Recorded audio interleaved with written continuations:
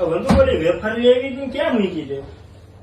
શું પણ આખો દી ખાવું ખાવું ખાવું ખાવું હંગવું ને હું ખાવું હંગવું ને હું બીજો કઈ કામ ધંધો છે કે નથી? કોઈ દી ચમચી અહીંથી અહીંયા મૂકી છે? ખાવું ખાવું ખાવું.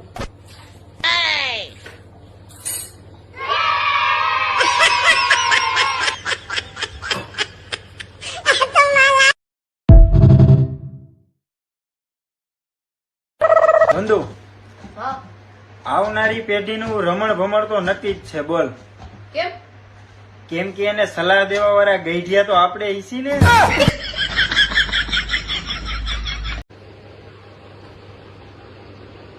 અમિતમાં નિંદર નથી આવતી. મને નથી આવતી. ફટાફટ 2 કપ ચા બનાવી જા.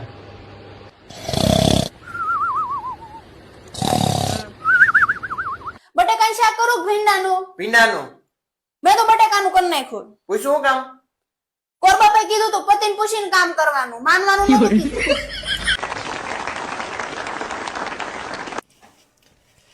કુંભના મેળામાં સ્નાન કરવા જવું હે. 1.5 મહિના થયા ઘેર સ્નાન નથી કર્યું, પેલા ઈ કરી લ્યો.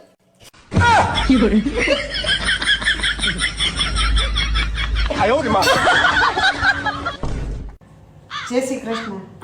હા આવજો. કોને વાત કરતી હતી?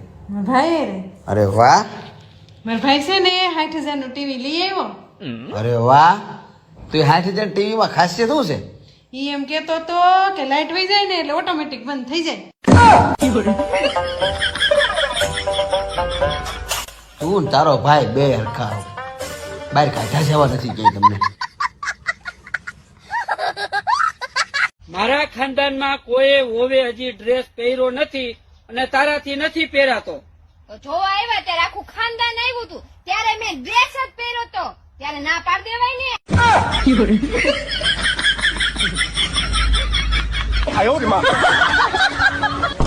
તારી વહુ ને કહી દે છે હું મરી જાઉં ને તો મારી ઠાઠડીને હાથ ન અડાડે. હાથ તો અડાડી શકતે, તેવડ હોય ને તો ઊભા થઈને બતાવજો. તો ગાઈસ હું તમને આજે બતાવીશ કે મારી જોડે કેટલું બ્લેક મની. અચ્છા, મને હું કામ બતાવે? તમે જ તો છો મારું કાળું ધન.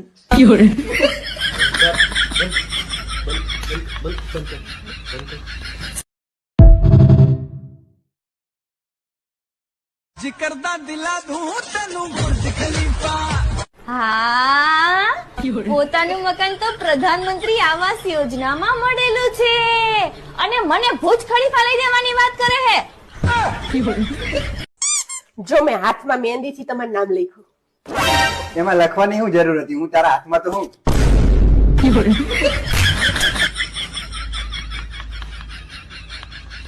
લગન કરીને તો હેરાન થઈ ગયો. બાયડી એવી કપાતર ભટકાણી છે ને, 3 ટાઈમ લોટ બાંધીને મારે રોટલી બનાવવી પડે છે.